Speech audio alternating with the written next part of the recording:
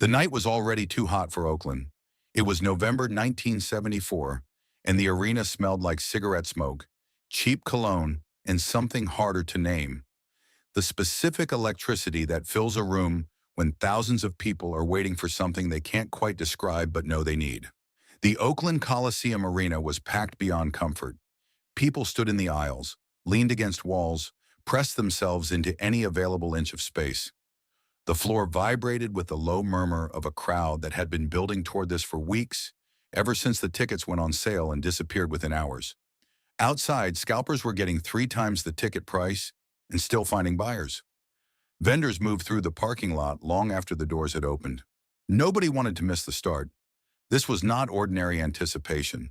This was something close to desperation. The kind of hunger that builds in a city when the person it needs most has been silent for too long. Marvin Gaye hadn't performed live in 4 years. 4 years of self-imposed silence, of grief and withdrawal, and a private war that the public only partially understood. They knew about the drugs, they knew about the collapsed marriages and the IRS battles, and the battles with Motown that had been playing out in boardrooms and legal offices for years.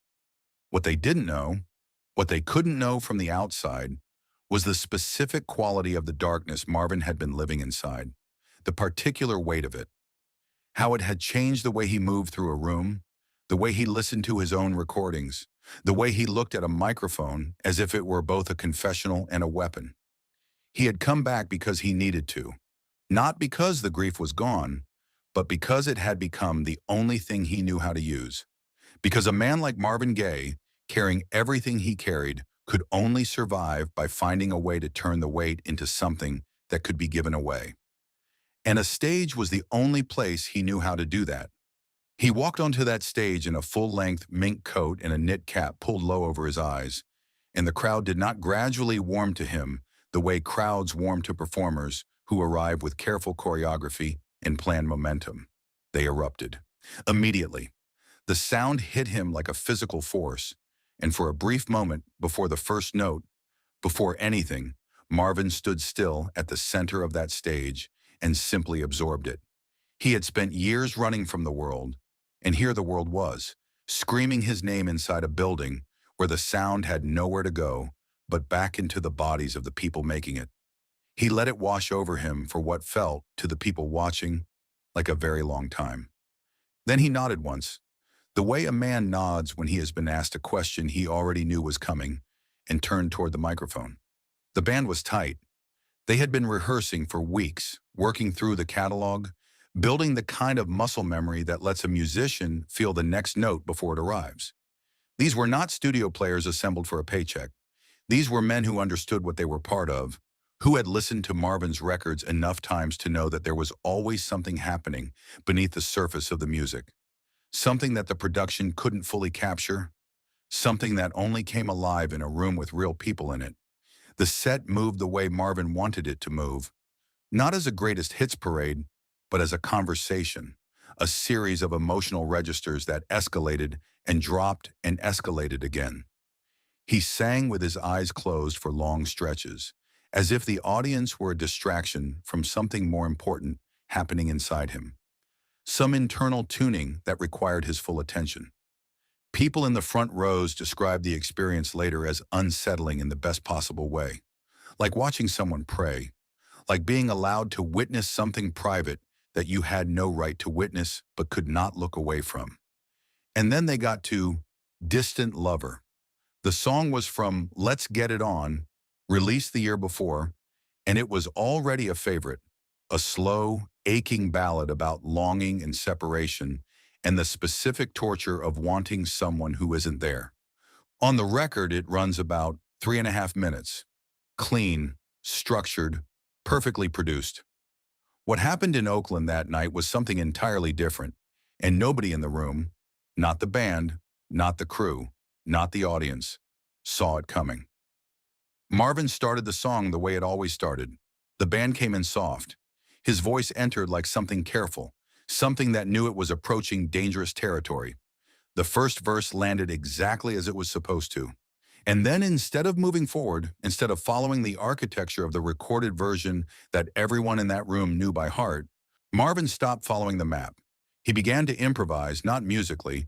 The band was still holding the same harmonic space, still breathing in the same slow rhythm, but emotionally. He started extending the phrases, bending the words, circling back over lines he had already sung, as if the first pass hadn't quite gotten it right, as if the full weight of what he was trying to say was still just beyond the reach of the version everyone already knew. He was not performing the song anymore. He was inside it. And the difference between those two things is the difference between an actor reading lines and a man telling the truth. The audience understood immediately that something was happening. The energy in the room shifted from the ordinary transaction of a concert, performer gives, audience receives, into something mutual and unplanned. Women in the crowd started crying, not politely, not the kind of crying that stays contained and private.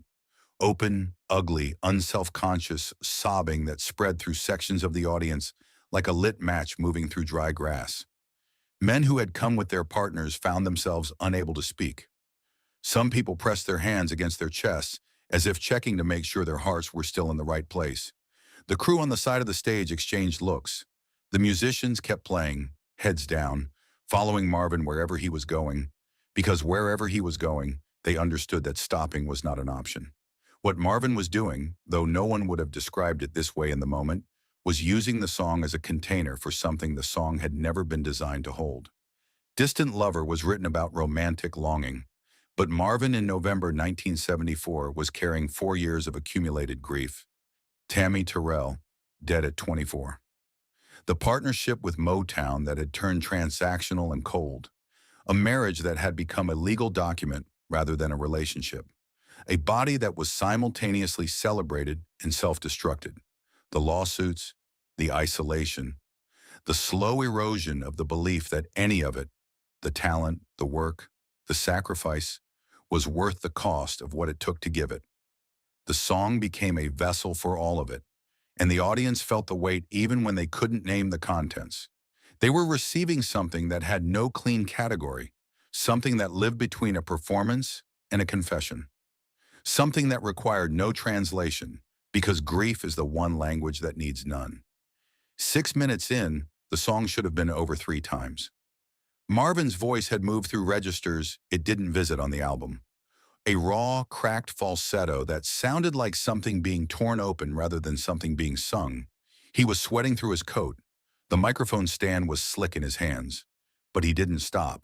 He kept circling, kept returning to the central ache of the lyric, as if each pass brought him slightly closer to something he was trying to reach. The musicians behind him were doing something remarkable. They were staying in the pocket, holding the tempo, keeping the harmonic structure intact, and somehow doing all of this while leaving absolute space for whatever Marvin needed to put inside it. A band can do that only when they trust the person at the microphone completely, when they believe that wherever he's going, he knows the way back. By the 8-minute mark, people in the audience had stopped trying to manage their own reactions. This is the thing about music that operates at the level Marvin was operating that night. It moves underneath the cognitive layer, the part of the brain that edits and monitors and decides what is appropriate to feel in public. When music gets past that layer, the body responds on its own terms. People gripped each other. Strangers leaned into strangers. Someone near the back of the arena shouted Marvin's name, and it came out sounding less like a fan cheering and more like someone calling for help. The sound dissolved into the noise of the crowd, and the crowd took it in and sent it forward, and the whole building became a single resonating instrument made of human beings who had momentarily stopped being separate. Marvin knew exactly what was happening. He had been performing since he was a teenager, had stood inside the heat of 1,000 crowds, and he understood the difference between an audience that was entertained and an audience that had been genuinely cracked open. The difference is physical. It changes the air. He was not surfing the wave of their emotion. He was generating it, feeding it back into the room, and receiving it again in a loop that kept intensifying. His eyes were still closed through most of it. Whatever he was seeing behind them was not the Oakland Coliseum. At the 10-minute mark, he sang a single line, "Come Back Home," and held the last note long past the point where the human voice is supposed to be able to sustain it. The note wavered, it cracked. It became something almost atonal, almost beyond the boundaries of the key, and then it resolved, and the resolution was more devastating than any clean, technically perfect note could have been, because it carried inside it the evidence of the effort, the proof that the thing Marvin had just done cost him something real. The crowd's response was not applause, not immediately. For a few seconds, there was something very close to silence, the held breath silence of people who have just witnessed something they don't yet have words for. And then it broke. The roar that came out of that arena was not the polite roar of a satisfied audience. It was the roar of people who had been through something together and were only now realizing what it was. Women were on their feet, some of them trembling. Men who had not cried in years were trying to figure out what was happening to their faces. The musicians behind Marvin exhaled finally, and some of them were laughing. The kind of laugh that comes out when you've been holding your breath for a long time, and the air finally comes back in all at once. Marvin removed the microphone from the stand, turned slowly toward the wings, and walked off the stage without a word, without a bow, without a single gesture toward the crowd that was still erupting behind him. The song had lasted 12 minutes and 11 seconds, and in those 12 minutes he had done something that has no clean technical description. He had taken a 3.5-minute ballad about missing someone and turned it into the most complete emotional document of his life to that point. A record of grief and longing and stubbornness and genius and the refusal to make something small when the moment was asking for something enormous. The audience kept screaming. The band stood at their instruments, motionless, as if they were waiting for permission to start being ordinary people again. Someone would have to walk back out and play another song eventually, but for now the only thing in that arena was the echo of what Marvin had left behind. Nobody who was in that building on November 21st, 1974, has ever described it the way you would describe a good concert. They describe it the way you describe a moment that divided time, the way you talk about the thing that happened before and the thing that happened after. Because what Marvin Gaye did that night was not a performance in any traditional sense of the word. It was an act of pure, unfiltered transmission. He stood inside a song and refused to leave until he had gotten out everything he had carried into it. And the audience felt every ounce of that weight and somehow did not buckle under it. They were stronger for having received it. That is what genius does when it is also completely honest. It doesn't choreograph itself for comfort. It doesn't soften the edges to make the room feel safe.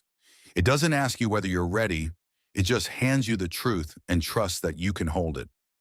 12 minutes and 11 seconds. One song. An entire city changed.